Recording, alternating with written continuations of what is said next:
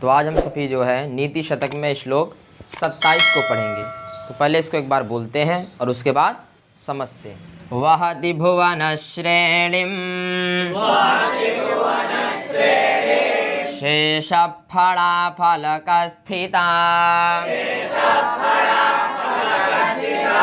कमठपतिना मध्ये पृष्ठं सदा स च धार्यते तमपि कुरुते क्रोडा धीनं पयोधिरनादरात्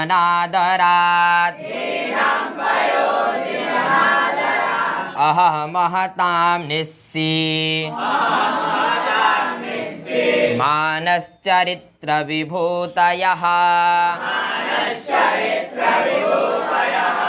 यह भी श्लोक जो है मान शौर्य पद्धति का है और इसका छंद क्या है?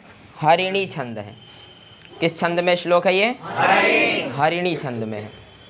ठीक है ना। अब देखिए भर्तृहरि जी क्या कह रहे हैं। कह रहे हैं अहह। क्या कह रहे हैं? इस दा को यहाँ दरात ता बोलना है। ठीक है ना। और फिर यहाँ आ बचेगा कि नहीं? तो अहह मतलब अहो, आश्चर्य में। समझ गए कि नहीं? अहह मतलब अहो। और महताम कहते हैं महान लोगों को। महताम मतलब जो महान होते हैं उनको क्या बोलते हैं? महताम। कह रहे जो महान लोग होते हैं उनका जो चरित्र होता है, क्या होता है? चरित्र। और चरित्र में भी क्या? चरित्र विभूतयः। जो चरित्र की विभूतियाँ होती हैं, चरित्र का जो प्रकाश होता है, विभूति मतलब प्रकाश, समझे कि नहीं? जो महान लोग होते हैं उनके चरित्र का जो विभूति, चरित्र विभूतियाँ जो होती हैं वो कैसी होती हैं? निस्सीमानः। कैसी होती हैं? निस्सीमानः। जिसका सीमा निश्चित ना हो उसको क्या बोलते हैं? निस्सीम, अर्थात सीमा रहित होती हैं। जो महान लोग होते हैं उनके चरित्र का वर्णन नहीं किया जा सकता है। बात समझे कि नहीं? वही चौथी लाइन में भर्तृहरि जी कह रहे हैं अहह, अर्थात अहो महताम। जो महान लोग होते हैं, श्रेष्ठ लोग होते हैं, उनके जो चरित्र विभूतयः, चरित्र की जो विभूतियाँ होती हैं वो कैसी होती हैं? निस्सीमानः। उनकी कोई सीमा निर्धारित नहीं होती है, किसी सीमा में नहीं बंधी होती है। क्या चीज़? चरित्र। चरित्र का जो प्रकाश होता है वो बाधा हुआ नहीं होता है। किसमें? किसके? महताम, महान लोगों के। महान लोगों का जो चरित्र होता है वो कैसे होता है? असीमित होता है, उसकी कोई सीमा नहीं होती है। चौथी लाइन में समझा रहे हैं। अब ऊपर के 3 लाइनों में उदाहरण दे रहे हैं, जैसे कि ये। अब देखिए क्या कह रहे हैं। कह रहे हैं शेषः। शेषः अर्थात शेषनाग। शेषः मतलब शेषनाग। कह रहे हैं शेषः अर्थात शेषनाग भुवन श्रेणीम। क्या कह रहे हैं? भुवन श्रेणीम। भुवन अर्थात इस पृथ्वी को, इस पृथ्वी रूपी पंक्ति को क्या करता है? वहति, अर्थात धारण करता है। कौन धारण करता है? शेषनाग। शेषनाग क्या कर रखा है? भुवन श्रेणीम वहति। ये भुवन रूपी जो पंक्ति है अर्थात इस जगत को कहाँ धारण किया है? अब कहाँ किया वही बता रहे हैं। फण। कहाँ किया है? फण। और फिर कह रहे हैं फलक। फणा फलक। सांप का फन होता है ना, और फड़क कहते हैं उसके ऊपर वाले को। फड़क मतलब जो उसके ऊपर का हिस्सा होता है। फन जो ऐसे मुड़ता है, और उसके ऊपर वाले को क्या कहते हैं? फड़क कहते हैं। बात समझे कि नहीं? पहले कह रहे हैं जिस तरह शेषः भुवन श्रेणीम वहति। शेष नाग किसको धारण किया है? भुवन को, इस जगत को, इस धरती को। वहति मतलब धारण करता है। कहाँ पर धारण कर रखा है? तो कह रहे हैं फड़ा फलक। अपने फन के फलक के स्थिति में मतलब ऊपर, स्थिताम मतलब ऊपर क्या कर रखा है? वहति। धारण कर रखा है कि नहीं। आप लोगों ने कई बार सुना भी होगा कि शेषनाग जो है पृथ्वी को कहाँ धारण कर रखा है, अपने फन के ऊपर, किया है कि नहीं। तो वही पहली लाइन में भर्तृहरि जी कह रहे हैं शेषः अर्थात शेषनाग भुवन श्रेणीम, भुवन रूपी इस धरती को क्या कर रखा है, वहति धारण कर रखा है। कहाँ धारण कर रखा है, तो कह रहे फड़ा फलक स्थिताम, ये फन रूपी फलक के ऊपर क्या कर रखा है, पृथ्वी को धारण कर रखा है। समझे कि नहीं। और दूसरी लाइन में कह रहे हैं चा मतलब और कमठ पतिना, क्या कह रहे हैं, कमठ कहते हैं कछुए को, कमठ मतलब कछुआ, और पति अर्थात राजा स्वामी, अर्थात कछुओं का जो राजा अर्थात कछुआ, पृष्ठम मध्य, पृष्ठ मतलब पीछे और मध्य मतलब बीच में। समझे कि नहीं। कह रहे हैं कमठ पतिना कच्छप राज, अपने पृष्ठ के मध्य भाग में क्या कर रखे हैं, सदा धार्यते, सदा मतलब हमेशा, धार्यते मतलब धारण करते हैं। किसको, तो कह रहे हैं सह शेषः, सह शेषः, उसी शेषनाग को कौन धारण करता है, कछुआ अपने पृष्ठ के मध्य भाग में हमेशा धारण करता है। किसको धारण करता है, शेषनाग को। शेषनाग किसको धारण कर रखे हैं, इस पृथ्वी को।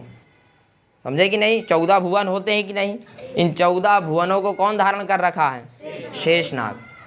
और भुवनों सहित शेषनाग को कौन धारण कर रखा है, कमठ कछुआ धारण कर रखा है। समझ गए कि नहीं। तो वही कह रहे हैं शेषः फणा फलक स्थिताम, शेषनाग अपने फण के फलक में भुवन श्रेणी को धारण कर रखा है। और कमठ पतिना या कच्छपराज पृष्ठम मध्य, पीछे के मध्य भाग में सदा धार्यते, हमेशा धारण करता है, सह उसी शेषनाग को। बात समझ गए कि नहीं। अब तीसरी लाइन में और उदाहरण दे रहे हैं, कह रहे हैं तम अपि, तम अपि, तम मतलब उसको, उसको किसको, कमठ कछुए को, तम अपि उसको भी। समझे कि नहीं। पहले बोले कि शेषनाग ने किसको धारण किया है, धरती को, और फिर दूसरे लाइन में क्या बताए, से धरती सहित शेषनाग को किसने धारण किया है, कहाँ धारण किया है, पीछे और उसमें भी मध्य में कौन धारण किया है, कछुआ। और तम अपि उस कछुए को भी क्रोडाधीनम, क्रोड कहते हैं गोद को, क्रोड मतलब गोद, और धीनम मतलब धारण, धीनम मतलब धारण, और कुरुते मतलब करते हैं।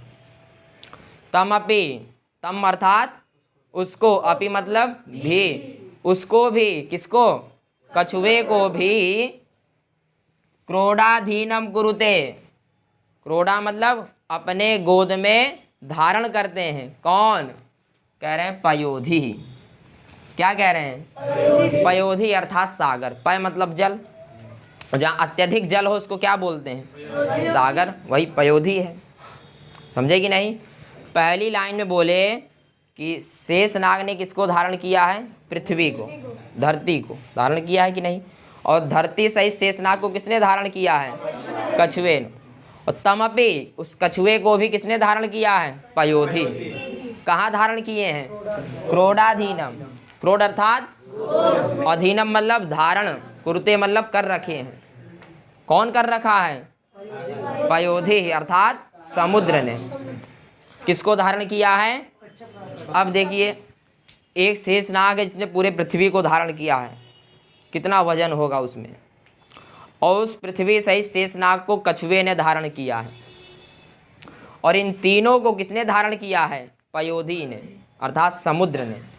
और किस प्रकार धारण कर रहा है, तो कह रहे हैं अनादरात, उस दा को यहाँ ता कर देना, अनादरात अर्थात बिना कष्ट के। समझे कि नहीं, सहज रूप में। ऐसा नहीं कि समुद्र ने कछुए को थामा, बड़ी समस्या हो रही है, एकदम आराम से थाम रखा है। किसको थाम रखा है? कछुए को। और कछुए ने किसको थामा है? शेषनाग में। वो भी कैसा शेषनाग? जो पृथ्वी को धारण किया है। ऐसे शेषनाग को कछुए ने धारण किया। और इन तीनों को किसने धारण किया है? पयोधी ने, अर्थात समुद्र ने। और किस तरह धारण किया है? करें अनादरा, एकदम सहजता से, कोई उसको समस्या नहीं हो रही है। और फिर चौथे लाइन में बोले अहहा अहो महताम चरित्र विभूतयः निस्सीमानः। ऐसे महान लोगों का जो चरित्र होता है वो कैसा होता है? असीमित होता है।